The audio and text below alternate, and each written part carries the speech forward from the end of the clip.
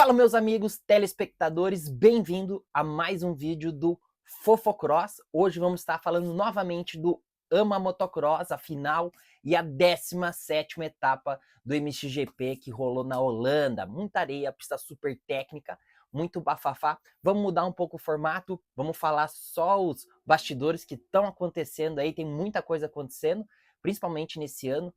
Muitas mudanças no MXGP, muitas trocas de contrato, isso e aquilo, algumas situações de prova. Então, vamos mudar um pouco aí, trazer só as notícias, trazer também as notícias internacionais que o pessoal, a mídia internacional, me desculpem, deixou pronta aí, nos trouxe e passar tudo para vocês. Então, roda a vinheta, não deixa de se inscrever no canal, compartilhar com seus amigos aí, curtir o vídeo, isso nos fortalece, nos ajuda bastante e vamos para cima.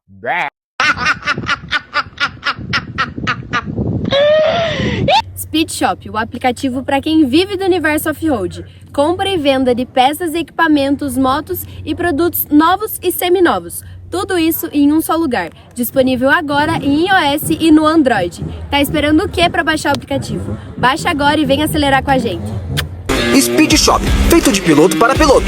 Baixe agora na Store do seu smartphone. Vamos começar pelo AMA Motocross, a etapa de Budds Creek, né? A gente teve em 2007 o Motocross das Nações lá, o Brasil conseguiu sua primeira classificação para o Motocross das Nações, com Balbi, Leandro e Wellington Garcia. Então, é uma pista super tradicional, a gente conhece aí, um cenário muito bonito, sobe, desce, a pista é um terreno mais macio, né? E o pessoal preparou com gosto lá e deixou a pista super técnica. Não faltou emoção nessa etapa, principalmente na 250, né? Vamos começar pela 250 aí.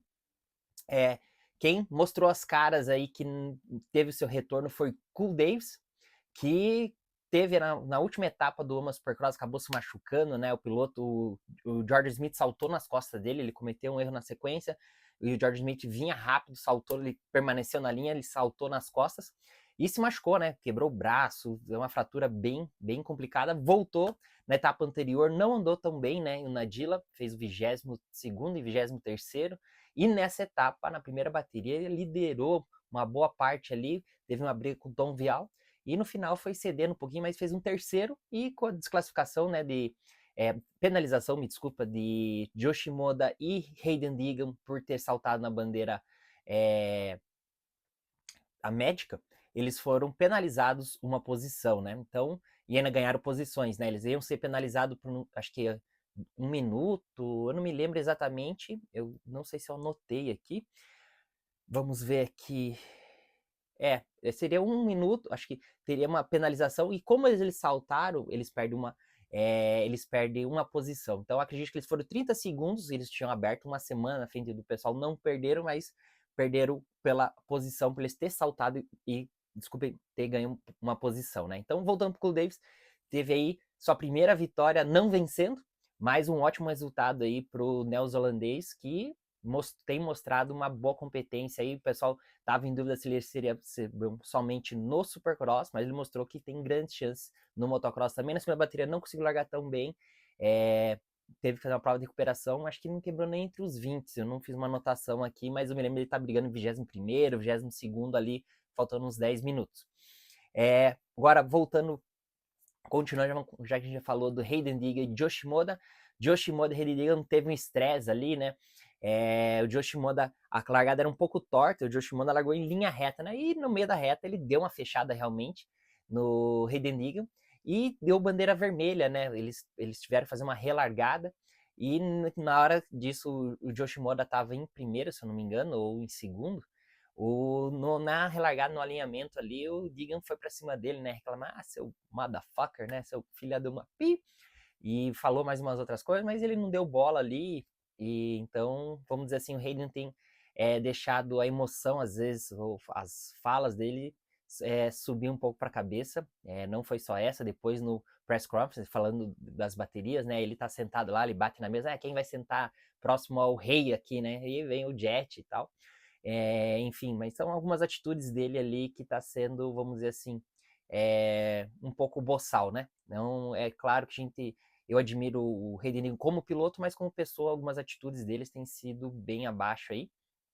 Então, vamos dizer assim, que realmente ele, como eu falei, ele é um ótimo piloto, não deu chance para ninguém, nas 2 baterias teve relargada, ele não deixou o Shimoda se aproximar e venceu, né? Terminou aí a sua carreira no motocross de 250, vencendo e levando o título já na primeira bateria. Joe Shimoda ainda está indefinido, né? Ele pode subir para 450 no lugar de Jorge Prado na próxima temporada ou permanecer na 250. A Honda não tem contrato, não tem a possibilidade dele subir ele para 450. Eles querem que ele se mantenha na 250, que vença, seja campeão. Pois a 450 eles estão dominando com os 2 irmãos. Então é um pouco disso da 250. Agora falando da novela Jorge Prado aí, tem muita coisa acontecendo, né? Ele comentou que não se sentiu no Instagram, né? Que não se sentiu confortável a temporada toda, isso e aquilo, né? E o engenheiro de motor da equipe meteu a boca, né? Respondeu o comentário que que ele não achava que o Jorge Prado era um campeão, e sim um cara que desistia, né? Que desistiu no meio das baterias, que a equipe não desistiu dele e tudo. E no final ele fala assim, né? Sorry, mas não, but no sorry, né? Tipo assim, me desculpe, mas não quero dar essas desculpas, né? Então, o atrito entre Jorge Prado e a Kawasaki é bem grande.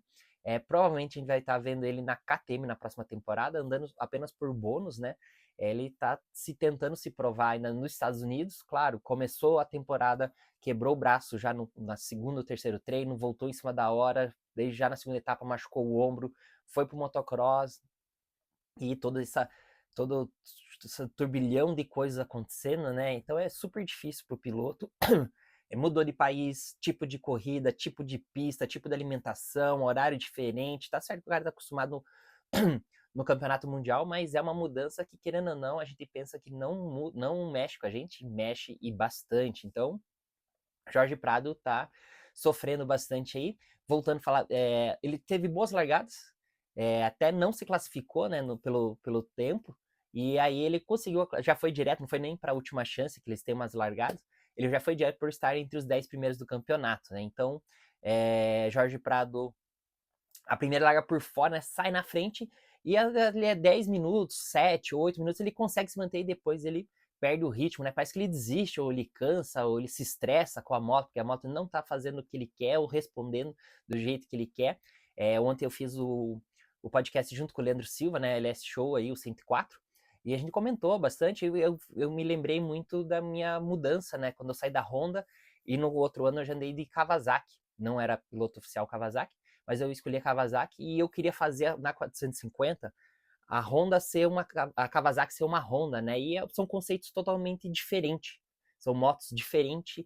A 250, elas são muito parecidas. E incrível que a 450 é totalmente diferente. Eu queria fazer a Honda ser a Kawasaki ser uma Honda, e foi uma temporada bem difícil. No final da temporada que ok, não tem como fazer, vamos ajustar isso. Fui durante a temporada me ajustando, não tive um resultado muito bom no motocross, porém no Arena Cross eu andei muito bem, e na outra temporada eu já entrei brigando pelo título, né? Disputando vitórias, tudo.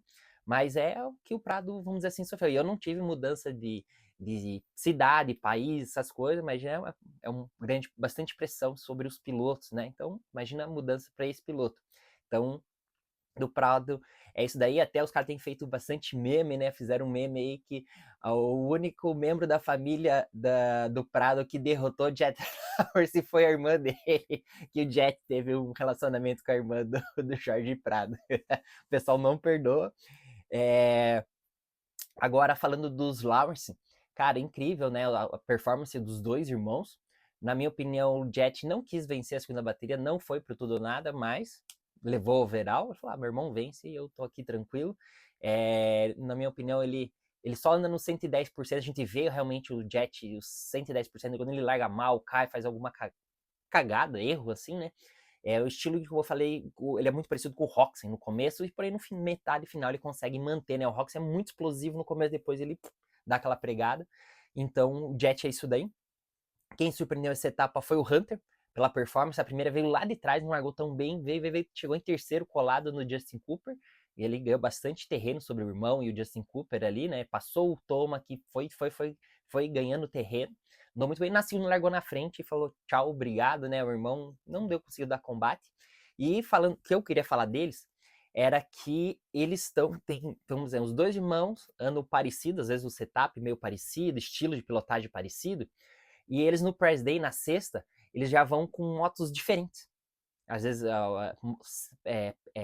acertos diferentes de moto, e eles andam, e de repente eles param no press day, como não tá valendo nada, eles trocam de moto, né? O Jet sobe na moto do Hunter e o Hunter sobe na moto do Jet, para testar uma performance, uma suspensão, um setup diferente. Então eles têm se ajudado nisso também, né? Têm utilizado todas as armas deles, lembrando que o cronograma do AMA é super rápido, é 2 treinos e depois das corridas, então é difícil, às vezes, e são treinos de 10 a 15 minutos, ali 15 minutos, então eles dão 4, 5 voltas na pista somente.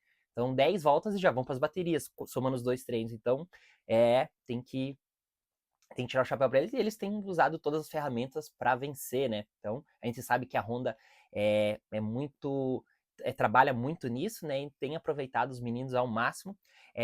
Falando agora do Motocross das Nações, o Kelly Ebster, que é o outro membro do time da Austrália, né? São os dois irmãos Lawrence mais ele, andou nessa etapa também, fez um 20º na primeira bateria, não andou também, na segunda fez um 9º, né? O Tomo que sofreu para passar ele aí, e com certeza a Austrália vai ser uma das promessas aí para ser campeã nessa temporada. Lembrei que tem a anotação das penalidades de Digan e do Joe Shimoda. Eles perderam 5 pontos no campeonato por ter saltado na bandeira médica, e também daí eles perderam uma posição por ter ganho posições mesmo saltando. Então foi isso, né? Eles não tiveram perca de segundos, alguma coisa na bateria. Eles perdem 5 pontos no campeonato, e como eles ganharam uma posição, perderam uma posição, né? Então é isso daí. Eu ia falar mais alguma coisa, deixa eu ver aqui, calma aí, pessoal. Penalidade dos pontos. Outro piloto que teve problemas na primeira bateria e não andou na segunda bateria foi Tom Vial. Tom Vial não largou, caiu na primeira bateria, ali na segunda, terceira volta, se eu não me engano, e veio ganhando, de repente ele começa a perder posições, né? E ele falou, né, botou para fora, né, que eles estão tendo problemas com a suspensão traseira da KTM, já a temporada toda a moto ela perde pressão, alguma coisa assim, eu não entendi, não sei exatamente, ele fala que a suspensão quebra, alguma coisa assim, mas ele terminou a bateria, e ele, pelo próprio, vamos dizer assim, por própria segurança, ele preferiu não alinhar na segunda bateria e se focar agora para o Super Motocross, lembrando que ele provavelmente vá para Europa, né, para o MXGP na próxima temporada, fazer o campeonato de 450 pela Honda. Então a gente provavelmente vai ver ele no Super Motocross, mas não vai ver ele na próxima temporada nos Estados Unidos. Lembrando que Jeff Herlitz também pode ser seu companheiro de equipe na Honda, e vai renovar a Honda, né? Então, do AMA Motocross é isso daí. Muitos pilotos voltaram, né, a fazer as últimas etapas por causa do Super Motocross, porque já, se você termina entre os 20 primeiros da pontuação do Motocross e Supercross ali, que é a combinação, você não precisa fazer a LCQ, não precisa correr a corrida classificatória para participar do evento, né? Para se classificar pro evento em todas as etapas. Então é uma bateria a mais que você tem que fazer de corrida para se classificar. Então muitos pilotos já estão tentando bater, estavam se matando nas últimas etapas, adquirir pontos para se classificar diretamente, né? Só classifica pelo treino cronometrado, às vezes lá, ou com as largadas, então fazem uma corrida a menos e se poupam muito mais, né? Tanto na 250 quanto na 450. Das baterias aqui, a gente já falou, Marchbanks vai conseguir manter o seu número fixo agora, né? Se ele ficar, o piloto que fica entre os 10 primeiros seria do ranking da MX2 e MX1 de pontuação da temporada, fizesse a pontuação, né? Vamos dizer assim, ele consegue ter um número que ele vai seguir carreira, que eles chamam lá. Provavelmente ele parece que ele vai escolher o 36. E legal que depois que ele consegue, ele não precisa ficar todo ano entre os 10, ele precisa marcar certos pontos, não sei quantos pontos são, o mínimo de pontos a cada 2 anos, para manter o número dele aí, se ele se machuca num ano, ele pode usar mais na próxima, ficar um ano fora, alguma coisa assim. Então isso que é legal AMA Motocross. Eles têm um ranking, mas tem mais os números que os pilotos ficaram entre os 10 na soma das duas categorias de pontuação, consegue ter o seu número permanente. Então, do AMA Motocross é um pouco disso, da 250 a 450, falar aqui um pouquinho dos pilotos que evoluíram na parte final do campeonato. Foi Justin Cooper nessa etapa, andou muito bem. Na primeira bateria teve próximo do Jet a bateria toda, ali no final o Hunter chegou. Na segunda ele não conseguiu manter o ritmo ali, em terceiro o Harry J. Henschfeld passou ele, né? O RJ que também cresceu muito durante o campeonato, ele que operou o pulso durante o break, ali uma semana que teve de folga, né, pro motocross, para tirar a placa, o parafuso da escafoide. Então ele não conseguiu se preparar muito bem e foi ganhando terreno durante o campeonato. Na próxima temporada, vamos ver o que a gente pode esperar dele no Supercross, né? Já tem o Super Motocross agora, acho que ele vai incomodar bastante, já que ele vem numa crescente muito boa. Toma que teve uma etapa bem abaixo, não conseguiu se desenvolver, principalmente na segunda largada, ele largou lá atrás, veio, terminou em oitavo ali, sofreu para passar com a Ellie Webster, que a gente falou. Então, o Toma que a gente não sabe o que está acontecendo com ele.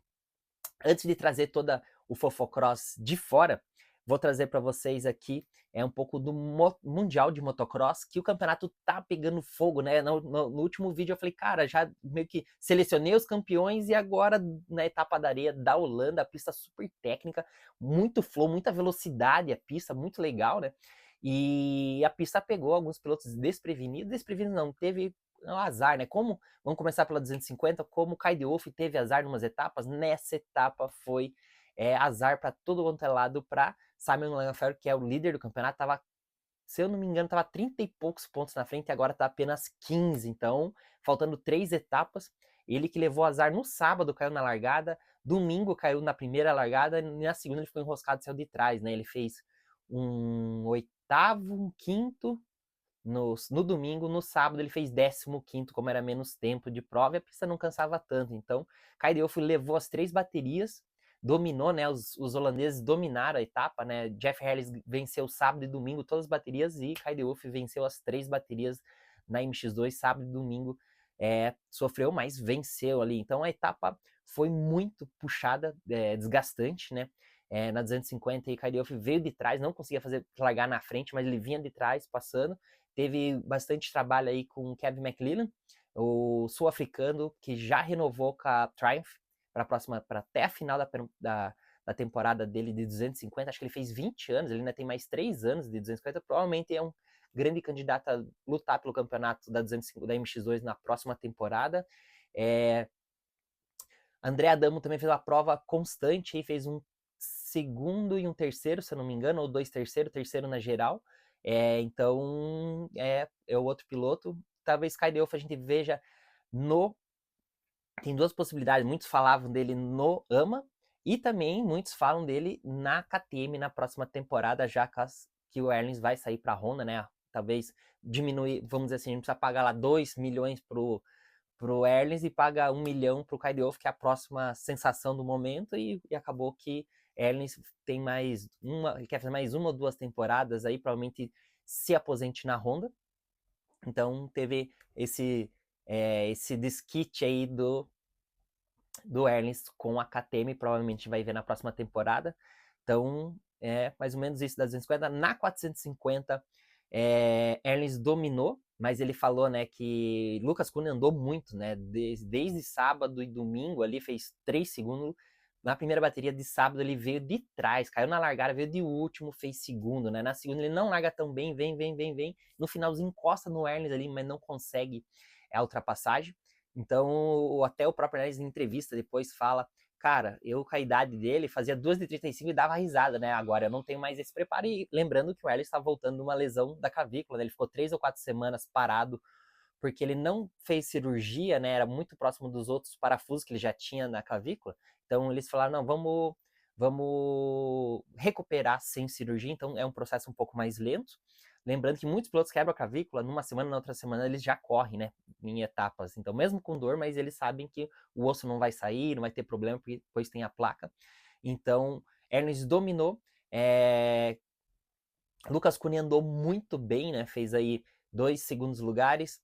Quem, vamos dizer assim, se manteve numa boa posição foi Roman Febvre, que estava com 40 pontos na frente, agora está 35, perdeu alguns pontos, fez um terceiro e um quarto na etapa.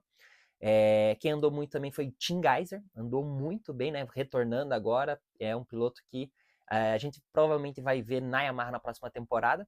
Então, essa etapa vale a pena vocês assistirem a aula que a gente tem de areia desses pilotos belgas e holandeses, né? Os europeus aí, cara, é sensacional ver como eles andam, encaixam, andam saltando. Então, é isso daí. Então acompanhe um pouco aí que a mídia especializada trouxe tanto do AMA como do Mundial. E a gente se vê semana que vem, já que começa o Super Motocross. Vamos falar um pouco mais do campeonato, isso e aquilo. E vamos para cima. Vamos começar pelos capacetes aqui de Jet Lawrence, Jorge Prado e Malcolm Stewart. Que beldades, hein? Que pinturas alucinantes aí. O pessoal caprichou na última etapa do AMA Supercross.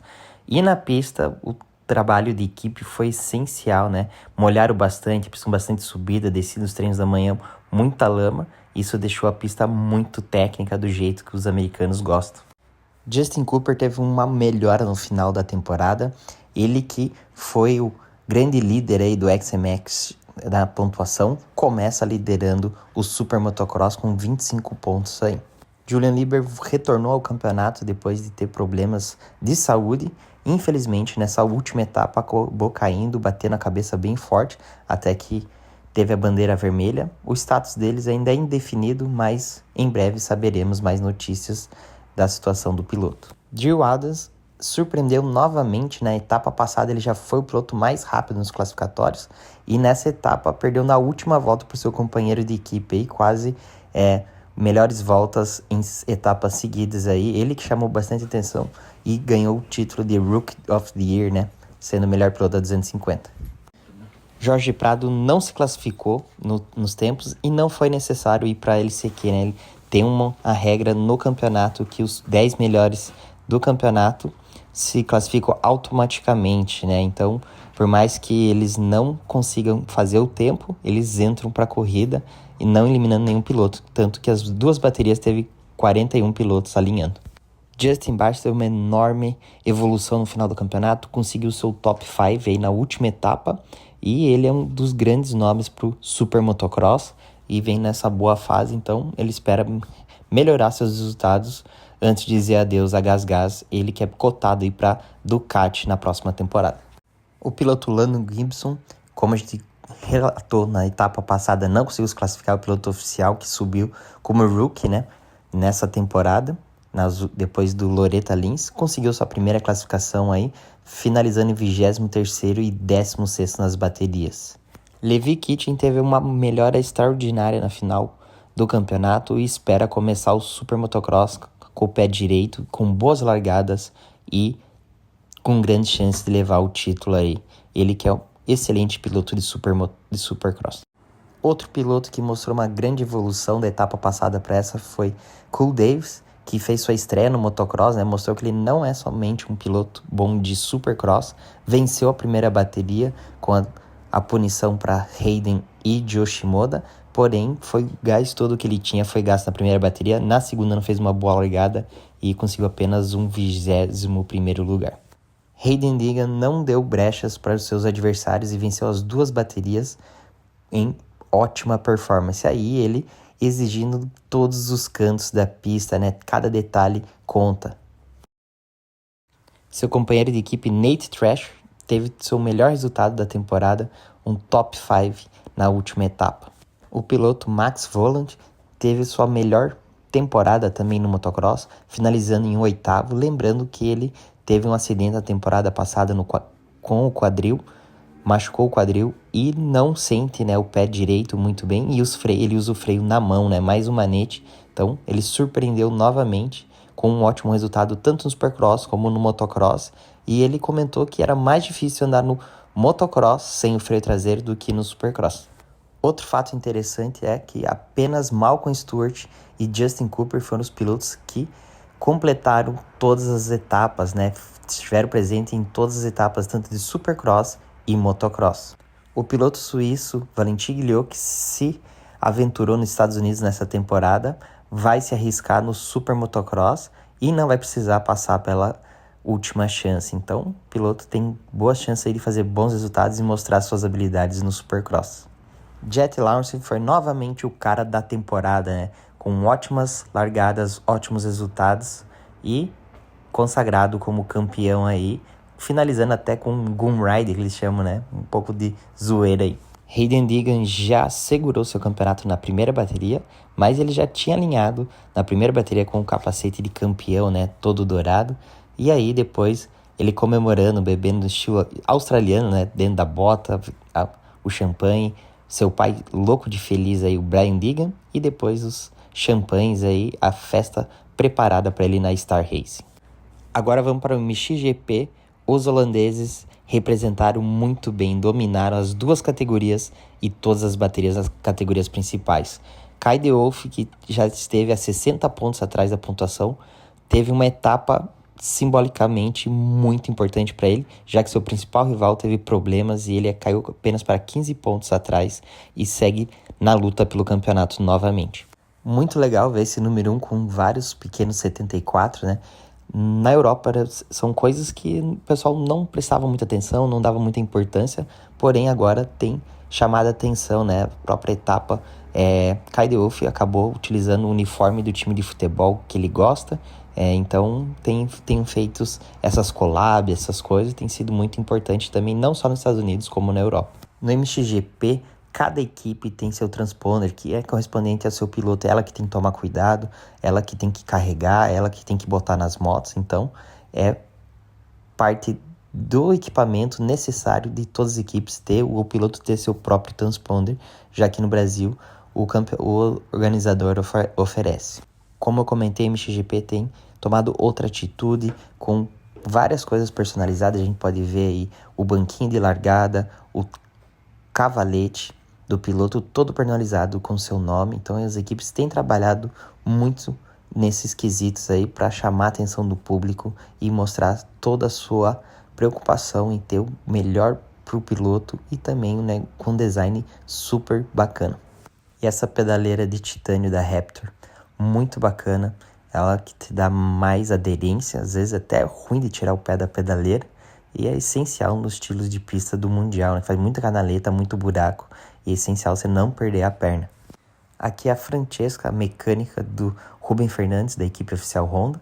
Nos treinos de largada, eles são obrigados a utilizar esses capacetes de proteção, os mecânicos que fazem todo o papel ali de preparação do gate junto com o piloto dentro da pista.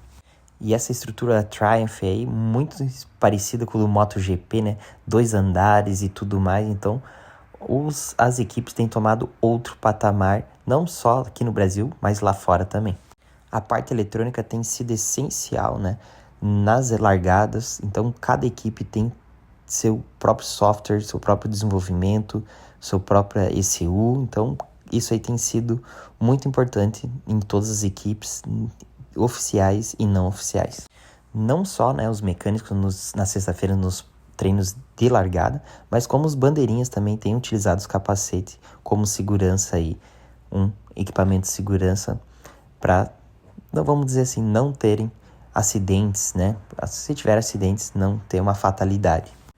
Aqui o piloto Iago Geerts, né, que foi vice-campeão 2-3 vezes na MX2, bateu na trave com Steve Ramon, né, um ex-campeão mundial, tanto na 2 quanto na 1. É seu treinador aí. Imagina pensar um piloto que foi 2-3 vezes vice-campeão mundial e ainda segue com um treinador, né? Pra você ver o nível que tá o campeonato. O Iago Geerts, que teve muito azar, se machucou muito e tem tentado voltar à sua melhor fase aí com bons resultados. Aqui o público presente, né, muito próximo da pista, pode ver que o bicho tava difícil, muito buraco, muita canaleta. Os pilotos tiveram que sofrer bastante aí nessa etapa. Quando se fala de equipe oficial, cada detalhe tem o seu porquê. Aqui a gente pode ver vários bancos, assentos, com o número de piloto, né? Um piloto que é um pouco mais alto, um assento mais alto, uma espuma mais firme. Então, cada detalhezinho faz diferença. Não só as carretas, como também os boxes, né? A gente pode ver aí a cadeira de James Sear, toda personalizada, muito parecida que você tem no MotoGP, no seu cantinho da Ducati Racing Team. Aqui o engenheiro da Showa mexendo na suspensão, regulando a suspensão de Paul Jonas. E o mais importante dessa foto não é ele mexendo, mas sim a entrada de ar ali pela parte de trás da caixa de ar, para ter vamos dizer assim, um volume maior, uma força maior à moto. Lembrando que a Kawasaki, a caixa dela é muito fechada e dá uma segurada na moto. E essa área VIP sensacional na beira da pista, o que vocês acharam? Glenn Konderhoff foi ao pódio mais uma vez. O piloto holandês representou muito bem na etapa de casa, né, no seu país. E lembrando que ele ainda não tem vaga em alguma equipe para a próxima temporada. Jeffrey Harris mostrou mais uma vez porque que é o rei da areia, mesmo voltando de uma contusão na clavícula, né? Ele venceu as 3 baterias sábado e as 2 de domingo, levou bastante suor no final das 2 baterias de domingo de Lucas Counin, porém conseguiu administrar e vencer. Tim Gajser também fez seu retorno e com ótimos resultados levou o 4º na geral e mostrou mais uma vez a sua velocidade. O piloto tem tudo aí para próxima temporada estar nas cores azul. O que você acha do Tim Gajser de Yamaha? O pessoal da staff da Alpinistar dando os últimos detalhes, os últimos cuidados nos capacetes, limpando. Lembrando que a areia ela entra por tudo, então é essencial uma boa limpeza para que a areia não caia para dentro dos óculos, não incomode os pilotos. Aqui o mascote da etapa, o leão, né, a laranja mecânica, foi flagrado sem seu capacete. Muito bacana aí o pessoal, a caráter aí, dando todo o apoio aos seus pilotos. E a Monster inovou novamente, né? O pessoal que estava lá comprava um Monster e ainda ganhava um corte de cabelo. O que vocês acharam? E essa área VIP da Monster, hein? Alucinante na beira da pista. Fiquei de boca aberta. Vocês acham que é só eu que reclamo da suspensão, que fica mexendo entre um treino e outro? Aí o pessoal da Kayaba Oficial mexendo nas suspensões dos pilotos da Fentic entre um treino e outro. O piloto sueco aí, Zach Gifting, que fez história, quase venceu em casa, né, com uma moto privada, a segunda bateria, caiu na última volta, faltando apenas 3 curvas. Ele que todo mundo vinha perguntar, dar os parabéns para ele, conversar esse final de semana, e ele queria esquecer, né, o episódio de ter perdido a sua primeira vitória aí em baterias na MX1, apenas a 3 curvas do final. A gente volta semana que vem com mais notícias sobre o Super Motocross e MXGP. A gente se vê nas pistas, pessoal. Valeu, um abraço. Brá!